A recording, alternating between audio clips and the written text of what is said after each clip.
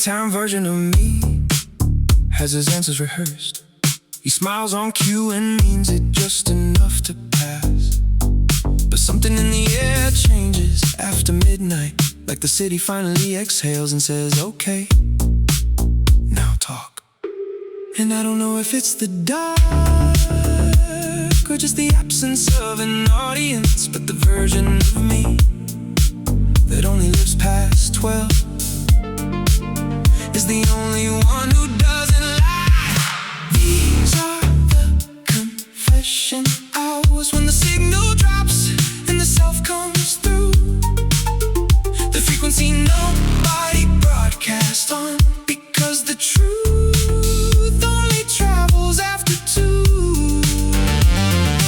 These are the only hours I trust, when the mask and the face are the same, and the city turns its volume down low enough to hear my name. I called you once at 3 a.m. from the roof of my building, not because I had something to say, but because the skyline asked me to. You picked up on the 4th ring with that voice like warm static, and neither of us spoke. And it was the most honest thing we'd done in months, because daylight makes us editors. We cut and rearrange until it's clean, but the dark is a first draft, and first drafts are where the real sentences lie. These are the confession hours, when the armor rusts and the spine gets soft. The frequency where no one's performing, because performance is a daylight call. These are the only hours that count, when the questions stop being polite, and everything I swore I didn't feel comes and finds me in the night.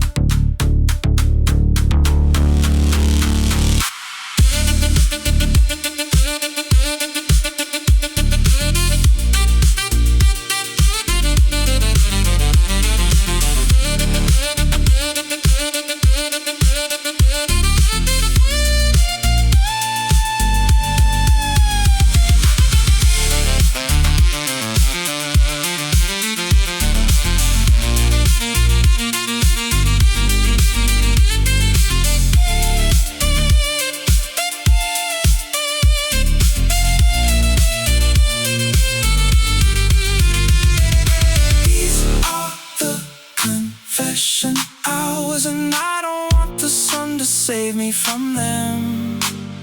The frequency where I finally hear what I've been saying underneath my hands. These are the hours I was built for, when the night peels back the rehearsed, and I'm standing in the only light that shows me as I am, not better, not worse,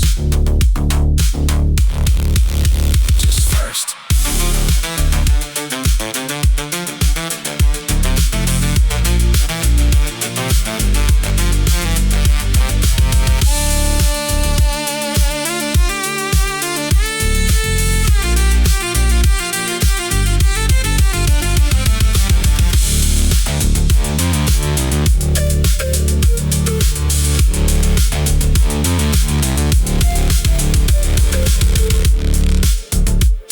The sun's almost up.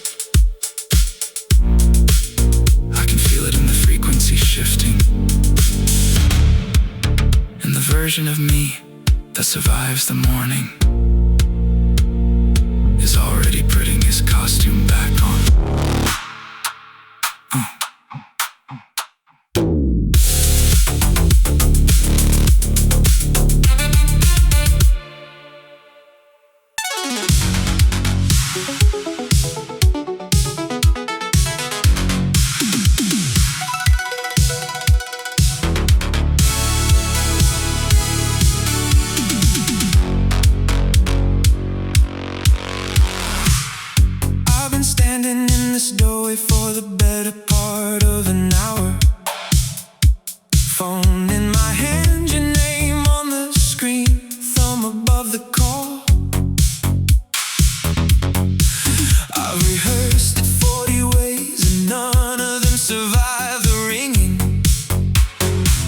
And the worst part is I already know what I'm going to say. And there's a version of my life that happens if I don't press send. And it's fine, it's safe, it's nothing. And there's a version that happens if I do. And I don't know which one I'm more afraid of. Before I lose the nerve, before the better angels talk me out of this, before the ceiling of my ordinary life becomes the ceiling I accept. I wanna be the kind of person who crosses the room, who says the thing, who dials the number, even if my hand is shaking, especially if my hand is shaking. Every coward I've ever been is standing in the hallway with me. They've got good arguments and soft voices, and they love me very much. And they're telling me the truth, that this could end in nothing, that the ringing could ring out, that the door could stay closed. But there's a version of my life where I grow old inside the hallway, safe from every ring that wasn't answered, safe from every door that wasn't open, safe from the life I didn't have the courage to want. But before I lose the nerve, before the logic locks the door behind my doubt, before my future learns to settle for the life my fear can live without, I wanna be the kind of person who picks up the phone, who takes the step, who tells the truth, even if my voice breaks, especially if my voice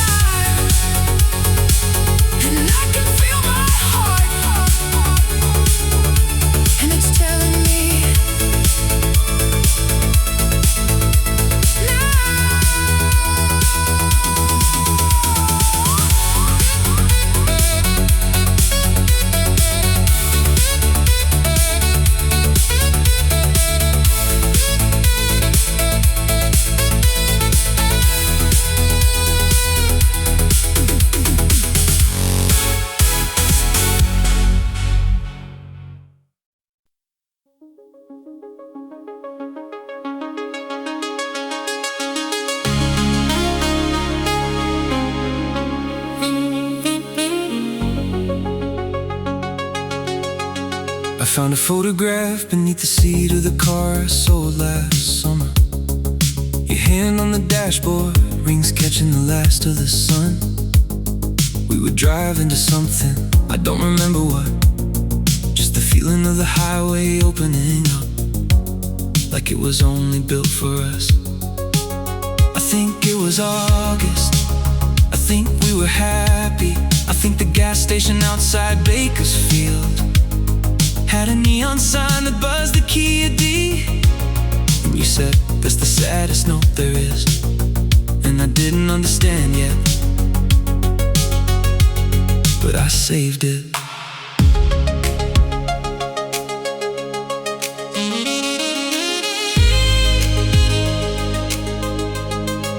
The apartment on Mariposa had those thin walls and borrowed furniture.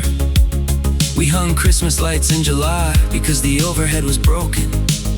And you read out loud from whatever you were reading, while I pretended to fall asleep on the floor, just to hear your voice become the room. You'd pause at the good parts, not to let me catch up, but to hold them in your mouth a little longer. The way you held everything gently and slightly too long, like you already knew it wouldn't stay. And I don't know when the present tense became the past. I don't know which night was the last night that felt like that. I just know the signal started fading, and I didn't notice until all I had was static. We were golden in a city that doesn't keep its gold. We were driving with the windows down on a road that isn't there anymore. And the summer said forever, the way the summer's always alive. And I believed it, God, I believed it every single July.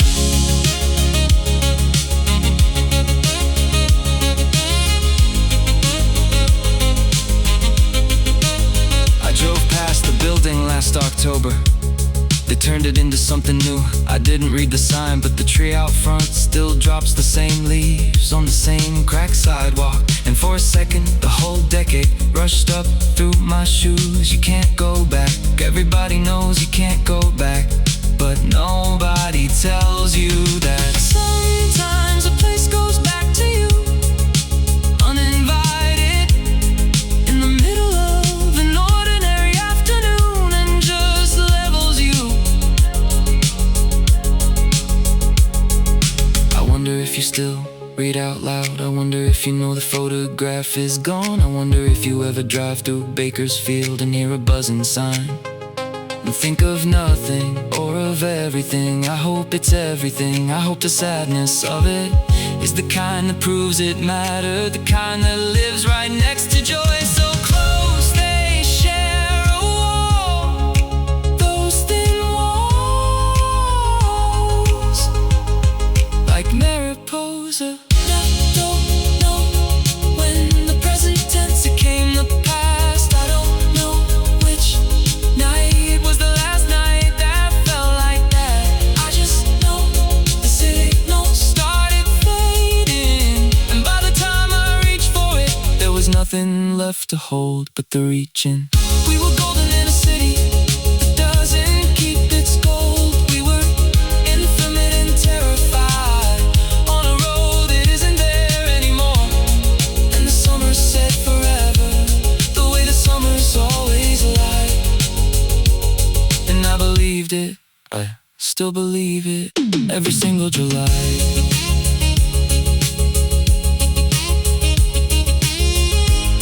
The thing about memory is, it doesn't play back what happened. It plays back what mattered, and what mattered keeps changing. Every time you press play, the colors shift, the dialogue rewrites itself, and the people in it become kinder than they were, because you need them to be, because that's what you have left of them. I don't miss who we were, I miss the part of me that didn't know yet how much I miss this.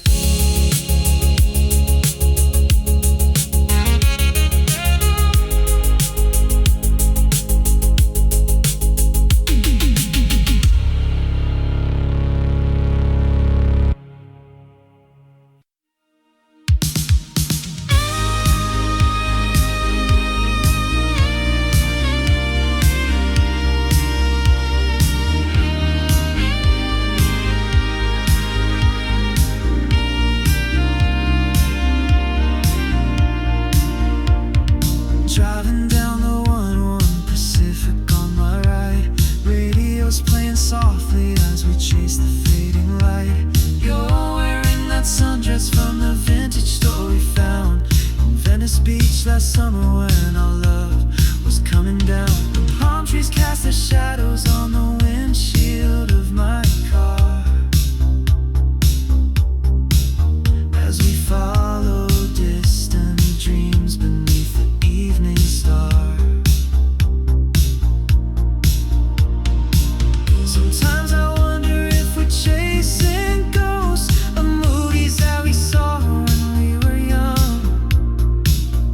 California promised us the most, but left us with a song that can't be sung. California dreaming in the neon twilight, searching for the magic in the Hollywood night. All those silver screen promises we believed were true. Now I'm driving solo down this avenue. California dreaming, but the dreams moved on, like the sunset fading when the day is done. Still I keep on hoping that I'll find my way back to that California state of mind someday.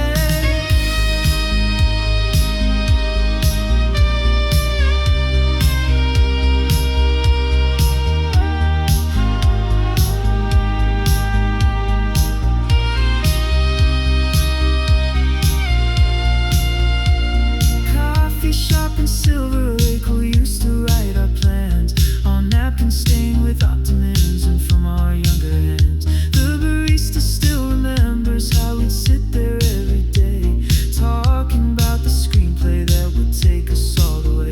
Now the rent's too high, the traffic's getting worse, but something keeps me here despite the curse.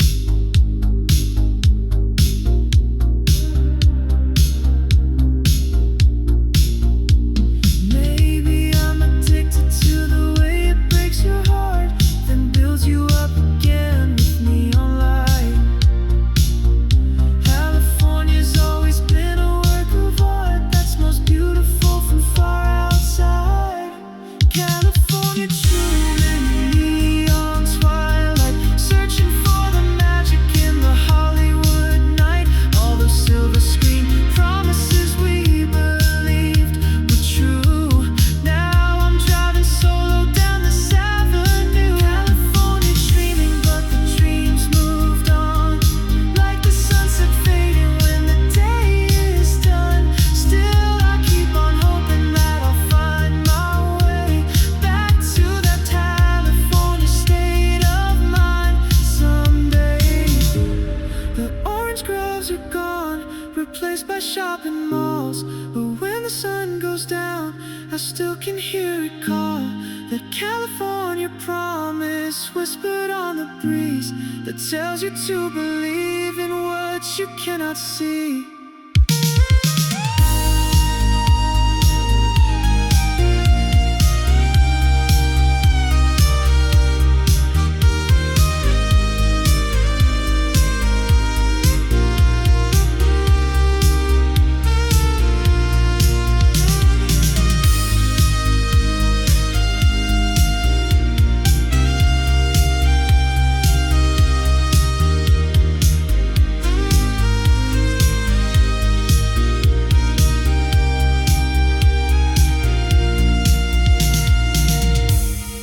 California dreaming in an amber light, still believing in the magic of this restless night. All those golden moments weren't just make-believe, they're living in the heart that's learned to grieve. California dreaming and the dream lives on, in every soul that's ever called this place their home. I finally found my way after all these years to this California state of mind through joy and tears.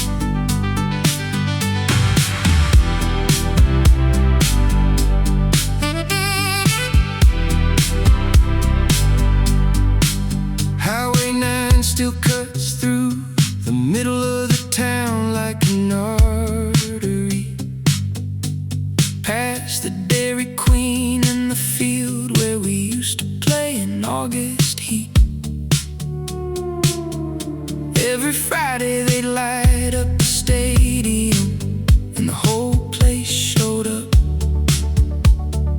Farmers and bankers and kids in leather jackets they'd wear for the rest of their lives. I didn't know I was living inside something. I thought it was just the way things were.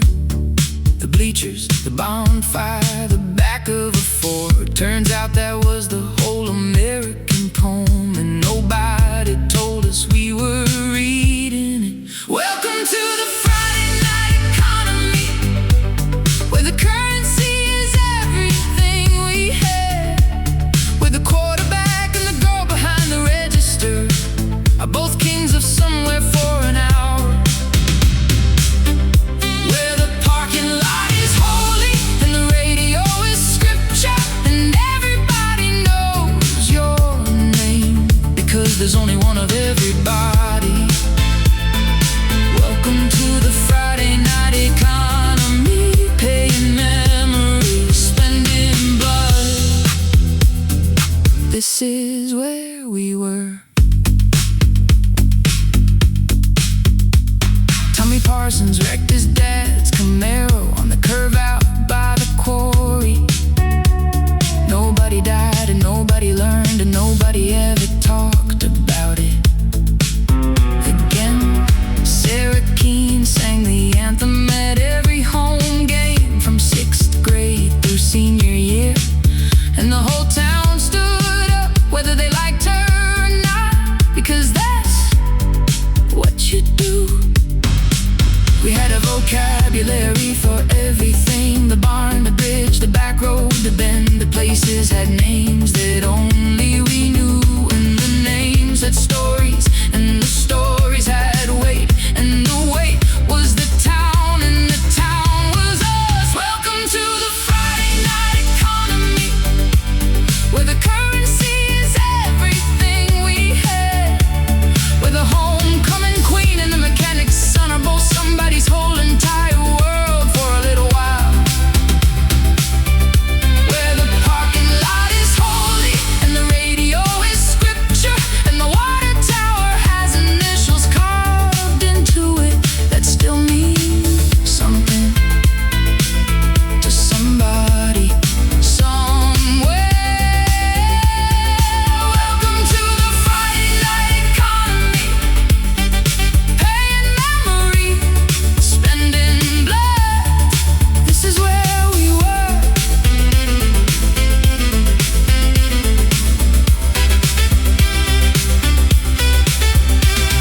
The mill closed in '09 and took the bottom half of Main Street with it. The diner hung on to the pandemic and then quietly didn't reopen.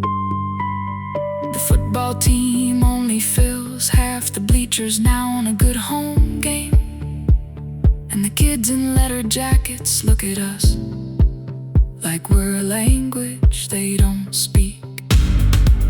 But the stadium lights still come on every Friday, and somebody still sings the anthem, and somebody still wrecks their dad's car on that curve, and somebody still carves initials into the tower, because even when the economy collapses, the Friday night economy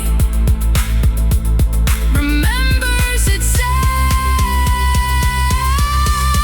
Welcome to the Friday night economy,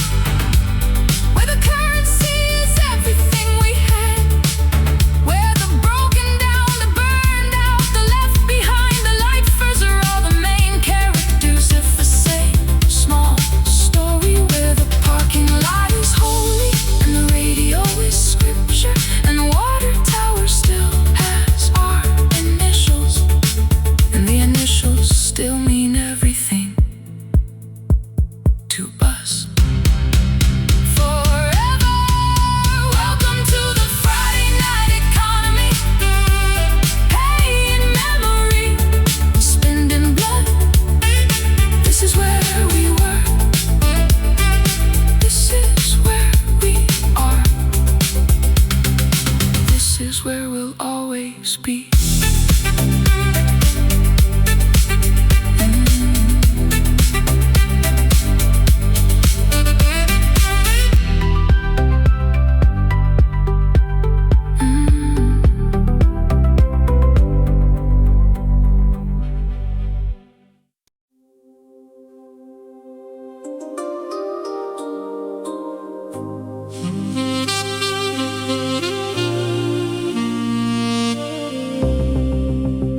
Left your jacket in my place, the denim one with the torn sleeve. I hung it on the chair like you were coming back for coffee. It was October and the chair still isn't empty. I just stopped seeing it as waiting. And I know how this sounds, like I haven't moved an inch, but I have. I've moved through every room in this apartment, and none of them are free of you. I'm still your exit sign, the last thing you read on the way out the door. I'm still your 3 a.m., the hour you almost called but never anymore. And the light I leave on isn't hope, it's just a habit of a room that learned your shade. And won't forget the floor plan.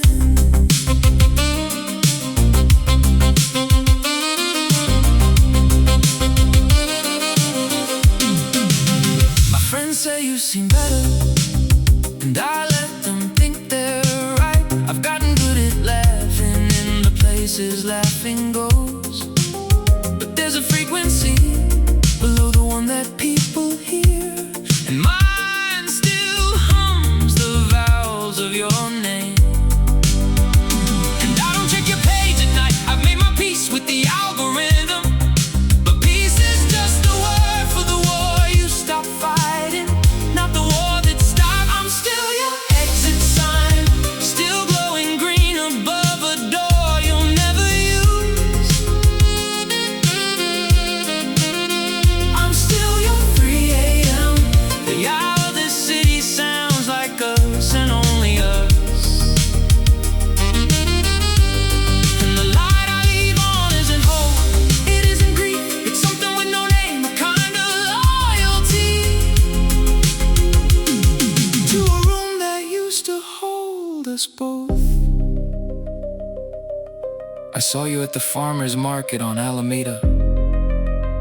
You were laughing at something I couldn't hear, and your hair was different, and you looked so specifically fine, not happy, not sad, just continuing. And I realized that's what I couldn't forgive. Not that you left, but that leaving was survivable, that you could just continue in a world that didn't include me. And the world said yes, obviously, and kept going. I'm still your exit sign, but the letters have been flickering for months. Oh, I'm still your 3 a.m., but the hour's getting shorter and the silence has a pulse. And the light I leave on, I don't know what it is. Maybe it's just light, maybe every metaphor I built was just a way to keep you in the room. So this is me reaching for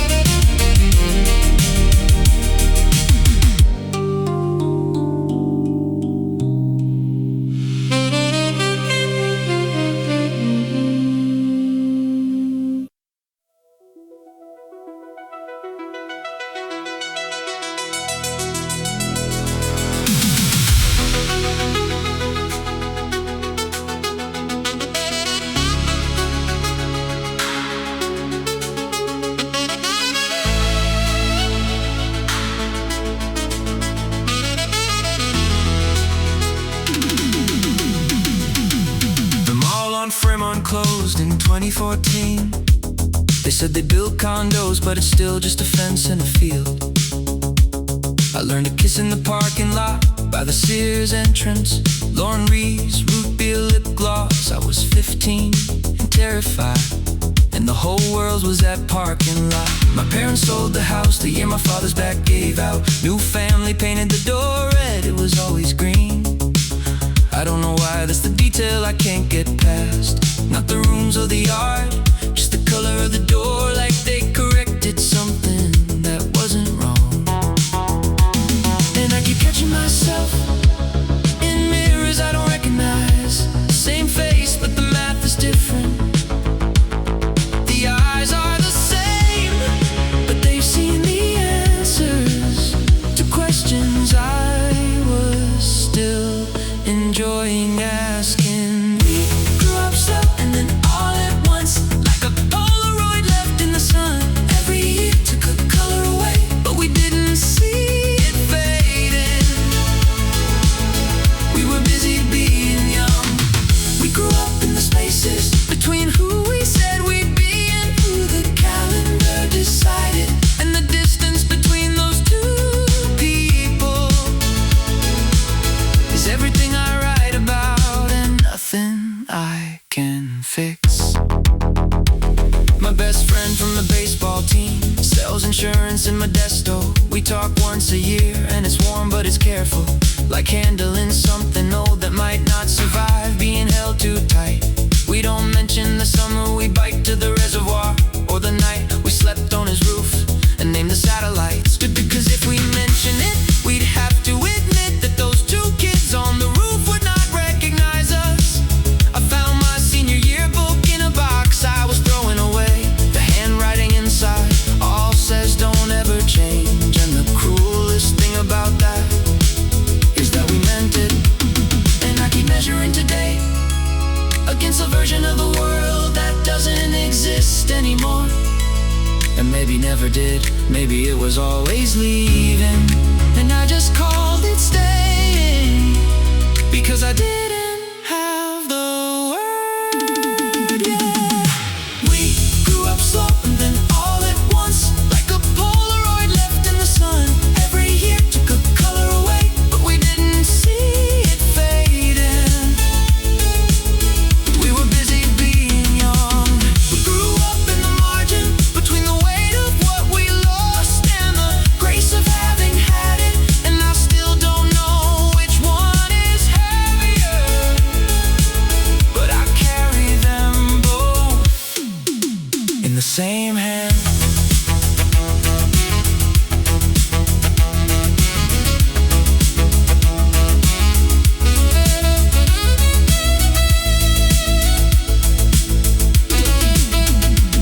I used to think that growing up meant arriving somewhere, a place where you finally understood why your mother cried at graduations, why your father stood in the driveway long after the car had gone.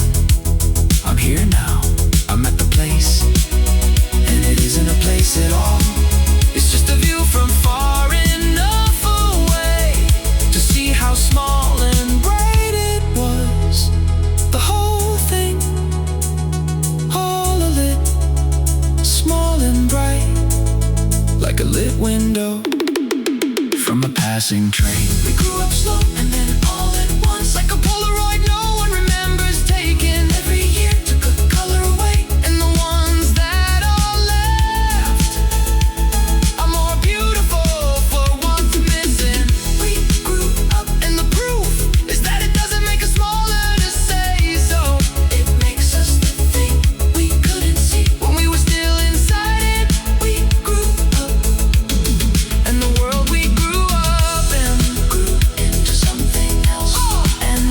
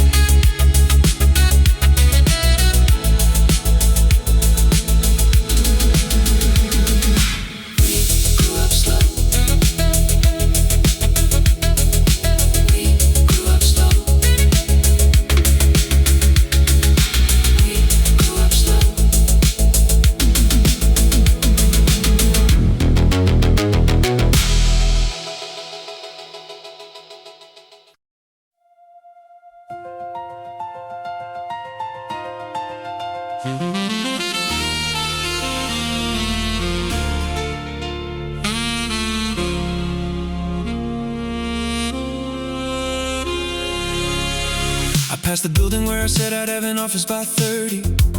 Glass and steel on Wilshire, I was so specific about the floor. I'm 37 now, and the lobby still looks like a promise.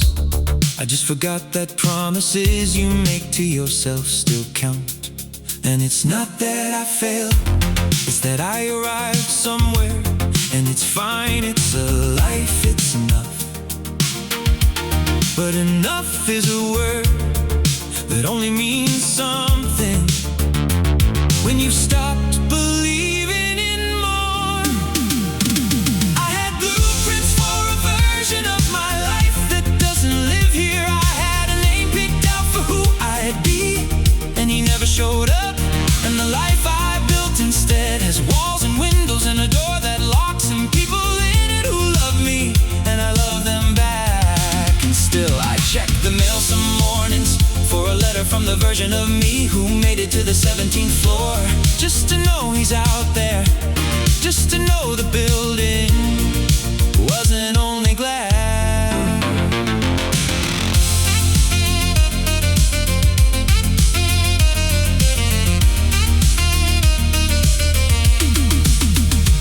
My wife asked me once if I was happy, and I said yes too quickly. She heard the speed of it and set her coffee down and waited. And I told her the truth, which is that I am mostly almost. And the almost isn't her, it's a ghost that has my handwriting. Because 17-year-old me left a list on the refrigerator of the things I'd have by now. And I have most of them, but in the wrong colors, in the wrong order.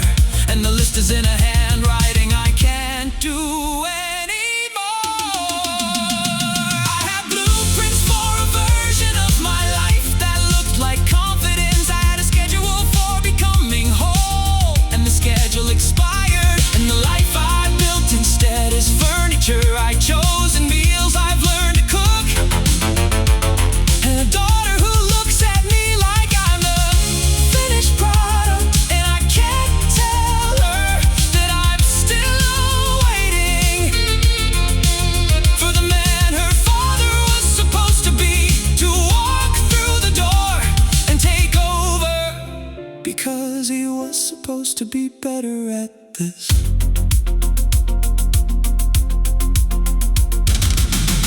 17, I drew the map. Every road was straight and lit, every destination earned, every version of me magnificent. 37 standing here in a kitchen I can't complain about, with a life that works and a heart that works, and a gap between the two, shaped exactly like a boy who thought he knew what working meant. I had blueprints for a version of my life.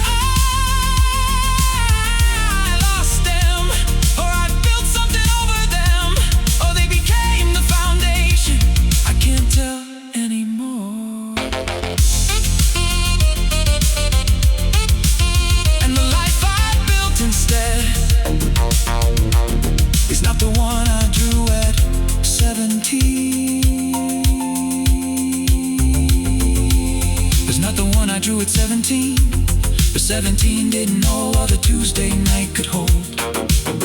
Didn't know that a daughter's hands around your neck at that time could outweigh every floor of every building on every boulevard I never conquered. I have blueprints, and I have a life, and the distance between them is my failure. It is just the ordinary, unbearable, beautiful difference between imagining the thing and living it.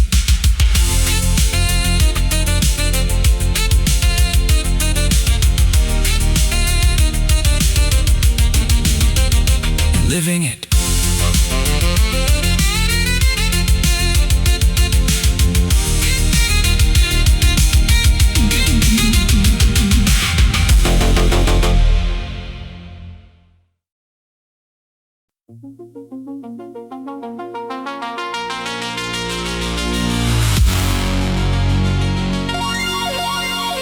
I found the tape you made me underneath the bathroom sink.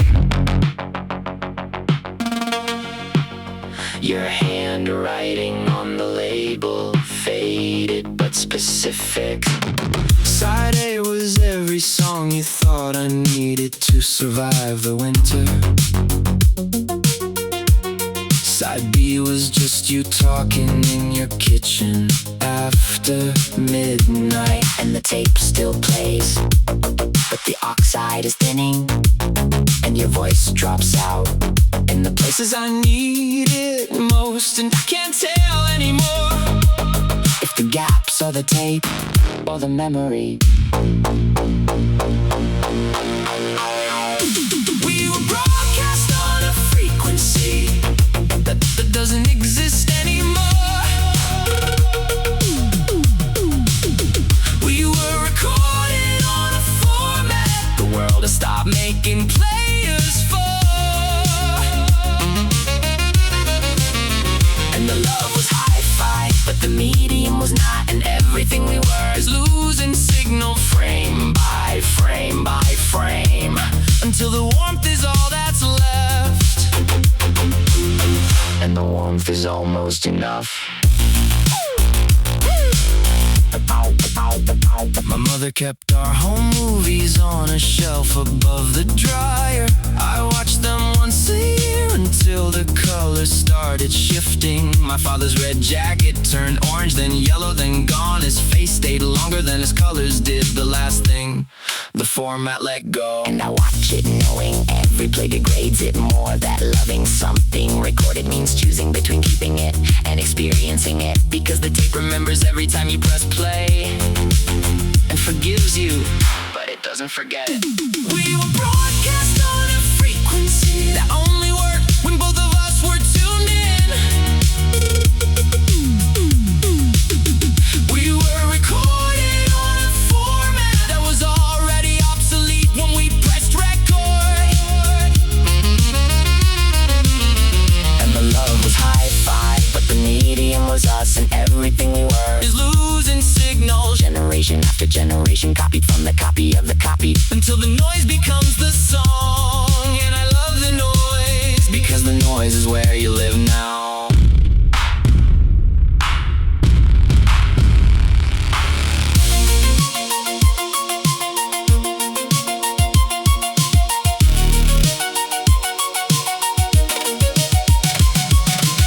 I keep the machines that play you, the deck with the broken counter, the TV with the tracking line that cuts across your mouth when you're mid-sentence. I keep the static and the hiss that pops between the tracks, because silence on a tape isn't silence.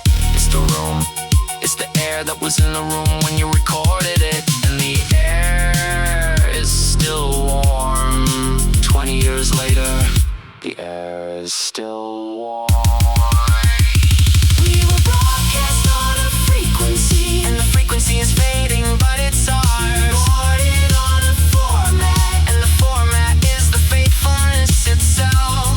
And the love was hi-fi, and the medium was time. And everything we were is losing signal, but the signal was so strong.